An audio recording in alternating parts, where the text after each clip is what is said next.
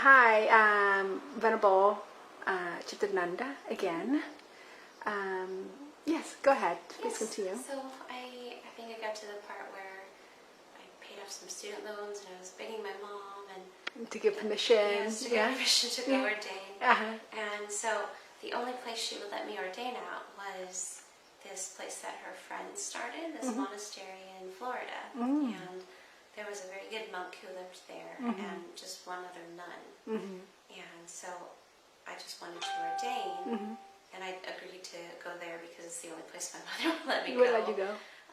She's Vietnamese, my mom, and they have this idea that like once you enter the monastery, you're like cut off from your family. You're not really supposed to have much contact. And so she was largely afraid if I went other places that I wouldn't be able to see her. Oh, okay. Call her or have enough contact for her to feel like she hasn't lost her daughter. So that's why she let me go there, because she knew that she could call all the time. So that was good for her.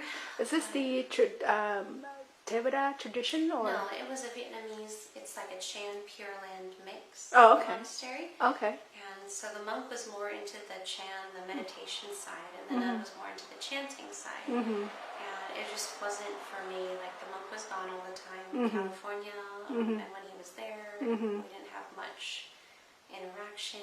There wasn't all that much like training, not in a formal sense anyway. And the nun was sort of really set in her ways and very much into her original culture. And so which was? Vietnamese. Oh, okay, okay. Yeah, so we had a hard time like meeting a lot of the time, and so I decided to leave there. Do you speak Vietnamese?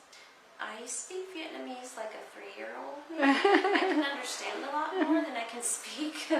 Now, did you ordain back then?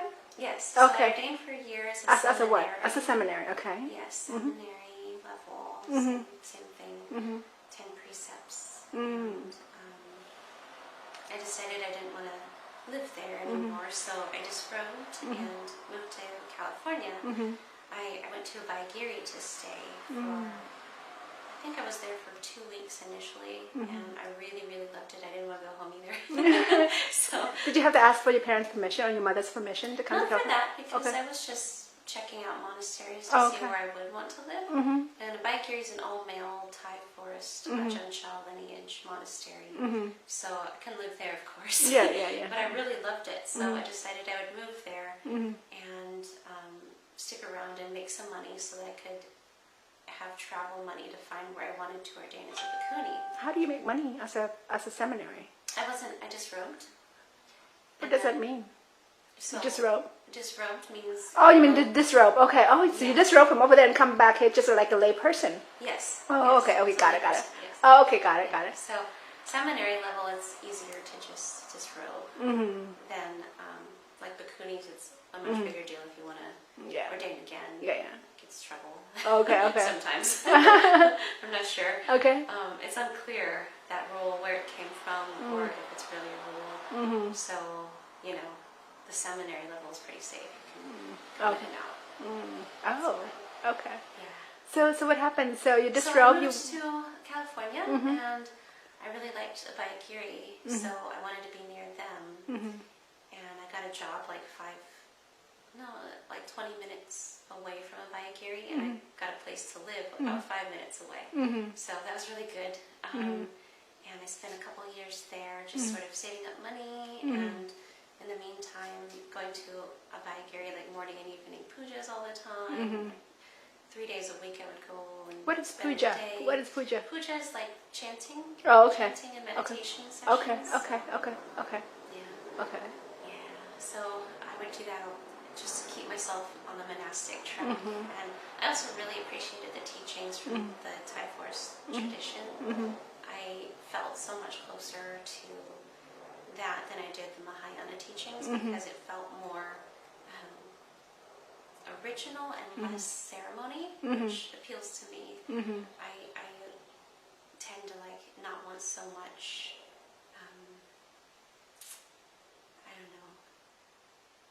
ceremony, ritual, sort of the sense of praying then I do meditation and the investigation. So yes, this felt much more like what I wanted to do. So I saved up the money and I went around looking. I spent like 6 months in the UK in the monasteries that are affiliated with the same Ajahn Chah tradition and the nuns there. And then I spent about 7 months at a Ymoka Vihara that's out here in the Sierra Hills. It's a forest monastery. And then I went to Canada to stay at Ayurveda place, Sati Saraniya. I really liked that too. So it was a good time, sort of seeing where I wanted to be. And I also spent a month with Ayasen Tusaka first, actually. Where is that? Ayasen Tusaka is the nun that lives here. Oh, okay, yeah. Yeah, so I really, really like her style of teaching, and we get along so well. Yeah. It's very nice. So yeah, so I decided to stay with her, and I did like a 1-year Anagarika period. What is Anagarika? What's that? Anagarika is sort of a Thai thing. Ajahn Chah, mostly I think tradition thing. So a lot of Westerners were coming, wanting to ordain, and so they had them go into white clothes and How many say precepts? 8 precepts 8 precepts. permanently to sort of make sure that monastic life was going to work for them. So and we could do that for like a year. What consists of 8 precepts? What do you do as an 8 So precept? the first five is the same. Yeah. The added ones are no eating after noon. That's every day? Every day. No eating after noon. No entertainment, beautification, and adornment. And no higher luxurious sleeping places. Sleeping places, okay. Which is basically just so you don't oversleep. Okay. Indulge too much in sleep. Okay. Yeah, Okay. so those are the... And that's about a year? So that's about a year. Okay. So I did that for a year. So how do you determine what is the period, what is the time frame? So that tradition does a year pretty much for everybody. Oh, okay. And it's not a real, it's not in the Vinaya anywhere. So it doesn't even really, like the Sri Lankans don't do it at all. Oh, okay. It's not a real thing. It's Okay. Just a tradition. This is a process that works for them to make sure that the people coming are really going to want to do monastic life. So like a test, sort of. It's like a screening for both sides. Oh, Make okay. sure you like it as an Anagarika. Make sure everybody else is okay with you. Okay. Too, like it's working out for the monastery to have you there, that kind of thing. So, yep, did that for a year. So during that process, do you work? Can you work? No. You're at the monastery full time. You can still use money and drive and do all of the normal lay people things, but you've got these extra 3 precepts. So, what are the extra 3 precepts? the 8. Oh, the 8. Okay. Yeah. So how do you get food then if you don't work? Yeah. As an Anagarika, you live at the monastery, so whatever's there, You eat, but you don't go around and do things. No, because you can still use money. Oh, So okay. they don't generally do that. Oh, okay. As an Anagarika, it's Okay. kind of Okay. slightly not kosher. Okay. It's okay, but Okay. it's like, This news. I'm just curious. Yeah, isn't it? yeah. So you But basically it's purely a Thai thing. Nobody else Does does this. Nobody has to do this. So it's good that they found this works for them. But like the Sri Lankans don't do it at all. Yeah. And if you're in Cambodia, you don't have to do it at all, surely. Yeah. Because, Yeah. yeah. Okay. And then what happened? And then 2 years as a seminary. So then you converted to seminary after a year. So what made you decide you want to move on? Well, I think it's just funny karma. I've always, since I was young, wanted to be monastic. And so it was never a question of if. It was more, I took that period as a time to make sure that I liked the monastery well enough. And that it was a good enough fit. And that this period of time is service. So while I can still use money, while I can still drive, while I can still do all these things, it's nice to be able to support the places I'm living, the monastery. So I was very happy to do it for a year. We considered just doing it for 6 months, but I was fine doing it for the whole sort of accepted period. Were you learning the Dhamma during that period? We're always learning the Dhamma. Oh, okay. I'm still learning the Dhamma. Okay. Yeah.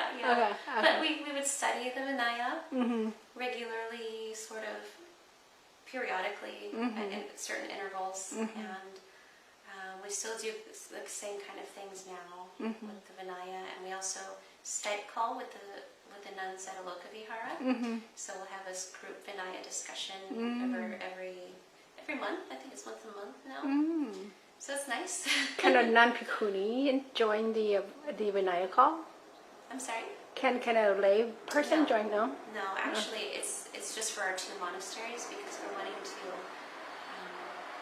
interpret the Vinaya in the same way and follow it the same. And we cannot even listen in? No. Why is that? Because we're trying to see how we're going to hold the rules. So it's better if we just discuss amongst ourselves what our plan is. Okay. Yeah. Okay. I'm just curious. Yeah, it's okay. We've even decided not to include other monasteries until we figured it out together first. So it's not even like an open public, like all the nuns can join in. So how many monasteries for nuns here for Bhikkhuni in the U.S., do you know? I don't know. Off the top of my head, maybe about 8. 8? There are a lot of nuns living by themselves. So I wouldn't consider them. It's hard to draw the line. Where is it a monastery and where is it just a residence? Because I know one nun who lives with her, or 2 nuns, 2 different nuns who live with their respective families in their families' homes. And one that just lives by herself, and it's not a public sort of monastery. Oh, okay. But she goes out and teaches and stuff and has programs. Oh, okay. So it's hard to say where you would draw their line, where they would draw their line for themselves, whether or not they live at a monastery. But off the top of my head, I can think of maybe 5 to 8 that are actual monasteries with more than one nun and total, how many in total? What do you think? How many nuns in total? How many nuns? Well, Bhikkhunis. Maybe 30, 40. Here? Something like that in the country. In the country. And Canada. Okay. One place in Canada. So becoming a seminary, how is that different from Anarika? Is it what you call it? Yeah. Okay. In America. So basically, they split one of the precepts. Which one is that? They split the entertainment, beautification, and adornment into entertainment and beautification and adornment. So they split them up. And then the last one they add is can't use money anymore. Can't accept money. The seminary cannot accept. Yes. So what do people do what do you do when people make donation then? If people want to make a donation, there's the box. If we have a lay person with us who's affiliated with the monastery, they can offer it to them, and that lay person will put it into the monastery funds. And who will take care of the box? Who's taking care? Treasurer. Oh, okay. Yes, we have a board of directors, and the treasurer will take care of all the donations. Oh, okay. We don't have to. And you can accept check? We can accept checks because if they're made out to the monastery, we can't do anything with them. Oh, okay. It's not like money. Oh, okay. It's not like cash. It's not like cash. Oh, okay. Okay. So as a seminary, what's your daily activity then? What do you do? Even as an Anagarika, it's the same. They follow the monastery schedule, so there's usually morning meditation and chanting, and that it varies monastery to monastery.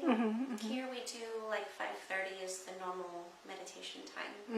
So after that, we have a little break for about 40 minutes until a layperson offers us the food in the vihara to use for the day. And then after that we can have breakfast and we can get on with our sort of I'm going to call it office hours maybe, where we spend time doing administrative work, sort of like I maintain the website, and I essentially usually has a lot of emails and calls and stuff like that. Sometimes the time then is spent planning for teachings, or if people want to come over, they usually show up around mealtime to offer a meal, and then we have counseling time with them. So, yep, that's kind of the morning generally. And after that, it's let's see, after the meal, we usually go for a walk to help digest. And then sometimes if we need to, we'll rest for a little bit. But a lot of times we just either continue working or we'll spend time studying. Depends on what's going on. Yeah. But so that's the afternoon is usually like studying more that kind of thing, or prepping for teachings, which is also a lot of studying. It's your own studying, not in a class or anything like that, right? Well, with just the two of us here, a lot of the times we just do it together. Okay. Yeah, we read things together and we discuss them. Or like our Vinaya sessions are usually in the afternoon with the other sisters too. So it just depends what's up. And most of the time it is like related to whatever we're going to be teaching. Okay. And we study up on it and like discuss and try out different ideas, stuff like that. So it's nice. We like that. And after that, we usually have some vowel bowls for Ayasentusika's medicines. So there's like some things that are allowed to be eaten in the afternoon after the meal period. So she'll mix her medicine into some like yogurt or something. And then I might have like a piece of cheese or something. You know, mostly juice. I like juice for that because it feels less like eating things. So that seems good. Okay. And then we have usually another little break. But then we have meditation at around 7 o'clock usually. And often we go out teaching different places that time of day too. So if it's like one of our regular teachings is at 7 nearby, then we'll have to leave at like 5:30 to get to it's a Thai temple. So we'll have to leave around 5:30 to get there in time in rush hour. So that time is gone to that. And then when we get there, we have meditation and chanting and study time there with the group as a class. Can you drive when you go teaching, or somebody has to pick you up? Somebody has to drive us because when you can't use money, it's hard to get gas. Okay. But if you even credit card? Credit cards are money. Same thing. There's no way around that. Even if people have given us like Visa debit cards that are like just $15 on them or whatever, but it's still basically just money. So we have to have somebody help us use those too. Somebody else has to. So there's somebody around to pick you up and drop you off. Somebody's around. Okay. Usually the groups that are inviting us to come will arrange the rides, and if not, we've been very lucky. Our supporters have generally been able to look after us. Okay. Those rides. And we can do public transit because Clipper cards are basically only for transportation. You can't buy anything. Get a bus ticket or a train ticket, so we can use those. If we get stuck somewhere, we can always take a bus someplace. So that whole thing is seminary. What about become Bhikkhuni? How different is that? It's not too much different. The thing that affects us the most here, I think, is I'm no longer allowed to cook. Seminaries can cook, and I'm not allowed to cook. Not allowed to like pull weeds outside or cut things. So those are the things that have come up recently that I'm like, oh yeah, I can't do that, and I want to because there's things that need to be done. But I'm happy not to do them. Also, it is sort of a relief, and it does feel much gentler in some ways. Like I don't have to kill some poor plants for no reason. And it does save a lot of time when you don't have to cook. So what you do with the time that gets saved from? Well, hopefully meditate and study more. And a lot of our time too is spent helping people that come for counseling, and you know, samsara is rough, and people need to talk and get advice. So like you were here last night, and you say, this one gentleman really needed to talk to Ayasentusika. This other lady really wanted to talk to me about things going on in her life. And it's not uncommon for us to have people come over and have to work that into the schedule too. And that's the nice thing about living in town is people can do that. A lot of times, I'd say like at least 2/3 of the time, somebody will come and bring a meal, and then we'll have discussion with them, whatever they want to talk about. That's a good time to do counseling, because then they have the opportunity to offer meal dana, which is good for them and keeps us alive, so it's great. And we have the opportunity to help in return, and it's just as the Buddha intended, really. Yeah. It's like that daily contact with people is the mutual support. Yeah, so. So how many, do you have a lot of supporters coming to this Vihara? It's hard to say because the people coming regularly on our like weekly Wednesday night sutta studies, it's not that many. It ranges from like 6 to 12 every week. You never know how many people are going to come. So that base is not so large, but when we teach retreats other places, quite a few people come, and a lot of them are very, very supportive, very generous, and that's usually what keeps things going financially.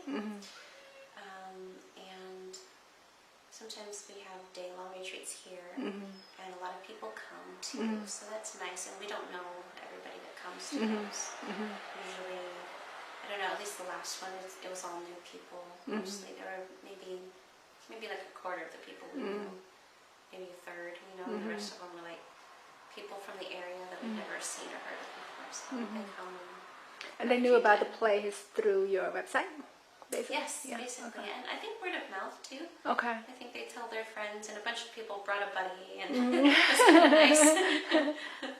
Yeah, so I guess I think largely our support for food has been very good from the locals, and our support for the financial side has been mostly from retreats and like once a year katina thing. Then the people affiliated with here, that's sort of the season to be offering financial support. So do you have like someone constantly basically bringing food so that there's not a day that you don't have food? No, somebody comes regularly. Well, okay, so I ordained a month ago, and basically right after I ordained, we left for Thailand and Sri Lanka to go on pilgrimage, so I don't have too much experience yet with the food. And we were back for like 4 days, and then we're going on retreat, so haven't really hit that too much. But before that, somebody was coming every Monday, and every Wednesday someone was coming in the morning for that day, and then for the evening somebody would come to bring food for Thursday. So for the day that nobody comes for food, you would cook? No, I'm not allowed to cook. Right, so who would do that this time? Well, we'll just have to see what we can do. I mean, like we have some things in the freezer. In the freezer, okay. We can do that. Okay. Somebody was very generous and brought over a whole bunch of like salad greens, like baby spinach and kale and salad. So we can eat raw things that we don't have to cook. Yeah, so we'll just see what happens. Other nuns who do the same thing have not starved yet, so we feel like we'll probably be okay. So you became a bhikkhuni for what, 5 weeks now? Something like that, maybe. 5 weeks now. Yeah. So you feel like you made the right decision? Oh yeah. Oh yeah? Yeah. Okay. It's never been a question for me, I think. Okay. I've always wanted to. Okay. Did at any point that you feel like you miss out on certain things, the lay life? No? No? No. No? Do you feel like you haven't had a chance to experience that? No. Completely? No? I don't think so. I mean, I did the whole normal, go to college, get a real job, work, kind of thing. And it's all just very perfunctory to me, I think. Did you have like a family, a kid, anything like that yet? No, I didn't. No, I was lucky. Do you feel like you would miss that? No. No? No, I don't. I have no desire for that. When you have a family, you're only basically helping your family very much. Yeah. And now I don't have that kind of pressure, so I can help more people. More people. Yeah. So, from your perspective, should girls or women, if they want to become bhikkhuni, should they go for it? Well, I think everybody's different. I think it's really, really good for some people. I think if you're coming for the wrong reasons, it could be really bad. So I think it's possible, and I think it's... What would be the wrong reason be? If you're trying to escape from something, if you're really depressed and not dealing with it well, you have mental illness, those are, it's not the best thing to be ordaining without getting help first and resolving some of that. Yeah. I mean, a lot of mental illnesses can be resolved with, like, therapy, medication. Yeah. And if you're stable and you still want to do it, great. But if you're coming because you have that and you think meditation is going to solve it, I think that's a bad plan. Okay. Yeah, so it depends on the person, but I think it's possible. I think a lot of people can really benefit from doing it and be much happier as a nun. What benefit do you see for yourself? A lot more peace and happiness and less sort of less of the worldly trouble and a chance to really work on resolving the inner problems, the inner delusions and ignorance, it gives you the time and space to see where exactly it is you're causing yourself suffering. Because ultimately we're all causing ourselves the suffering. So that's the best thing you can do for yourself and basically the world. So how would you do with the world? How would you help the world being a bhikkhuni? Well, I think a lot of the things that we do with helping people through counseling is good. Teaching Dhamma is the best kind of gift. Yeah, so largely those two things, and the inner peace that you can develop really does have an impact on the rest of the world too. It tends to spread. Yeah. So if a country such as Cambodia, for example, has never had bhikkhunis before, if one wants to come forward, what would this person should look for? If they want to come forward to become a samurai or to become bhikkhuni, what in is it? Cambodia or Anywhere in Cambodia or here in the U.S., anywhere. Okay. Just that because our community never had bhikkhuni before. Yes. What should we be looking for? What should be what? Well, I can't say I know because I don't know anything about Cambodia really. But they in are general, pretty darn close to Thailand. Yeah. So there are bhikkhunis in Thailand. They could go check it out there, especially if they speak English, because the nuns at, like, say at Ayadananda's place, there's some English-speaking ones who are very well educated and knowledgeable, and they could check it out there. At that monastery, they have like temporary seminary ordination, so they could try it out, see if they like it, and if they do, they can get training there, and then they can bring that back to Cambodia. Same thing here. If they speak English, it's much easier for them to come to America if they're not already living in America. Yeah. If they're already living in America, great. First thing you want to do is you want to go stay at like a Loka Vihara probably, because they have accommodation for lay people. Then you live there, you follow the schedule, you get a sense of what it is to be a nun, and if you like it, you can apply to become an Anagarika and stay long term. Actually, I don't know how full they are, so this is just a process, theoretical process. Right. So you spend enough time knowing if you like the lifestyle, basically. And then, you take steps. Anagarika, seminary. So this lifestyle is basically what you were looking for. Yeah, basically. Basically, the focus on Dhamma for your life in a container with the restrictions that really help restrain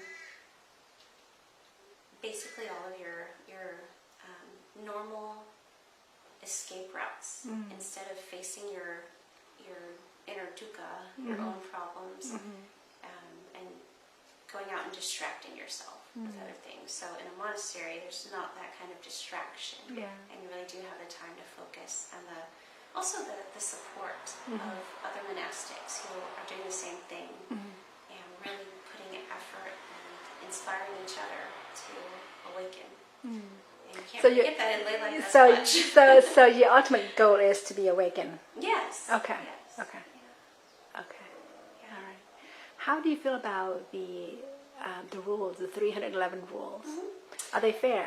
I think so. I think most of them are pretty good. If you look into it, a large part of the extra ones are for safety. Women need more protection than men do. It's just a fact of life. Especially in ancient India, when women are fair game still in India. It's kind of, it's pretty intense. It's Yeah. But a lot of the rules are also to break the sort of norms of the society. Like back when the Buddha was around, a lot of husbands and wives ordained. Like they, go split up and become monks and nuns. And so there are things in the rules that want to break that up, that relationship. So like nuns are not allowed to wash robes for monks. That's one of the rules. You can't wash a monk's robes for him. You're not allowed to like stand there and wait on him with water and a fan while he's eating. So some of the rules are like that. Several of the rules are breaking that up, so you don't get sucked back into a subservient role. The safety ones are pretty obvious, I feel like most of them are very reasonable. Some of them are a bit like don't really apply so much. There's things like you're not supposed to ride in vehicles, which back in the day made sense, right? Because that was a fancy thing to do, is just have a vehicle. And nowadays it's like I have to take the bus somewhere. I can't not take the bus. What do you mean? I'm not taking a limo. Yeah, so it's okay. Things like that have to be adjusted, but. So what about the Garudama? Is it Garudama? Garudama. What are they? Can you do you know them all? I don't know them off the top of my head. I know there's 8 of them. Do you know the first one? I don't even know off the top of my head any of them really. But So they're things that are like putting you under the monks. Like they're your one way that we look at it is like those rules. Partly, we're not sure how original they are because it doesn't sound like the Buddha. The style of the writing is not the same as the rest of the suttas.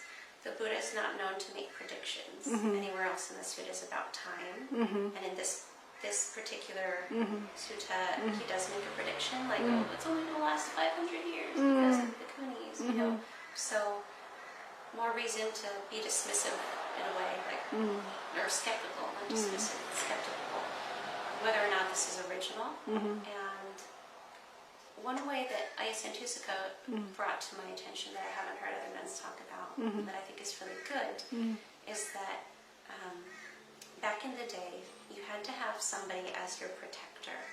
As a woman in India, like, you had to have either your family or a man, a husband, a father, a big brother, like a male sort of protecting you. And so if you look at it that way, when the Buddha told the monks, okay, these are the Bhikkhunis, you have to teach them everything. Teach them all the rules, teach them how to be nuns.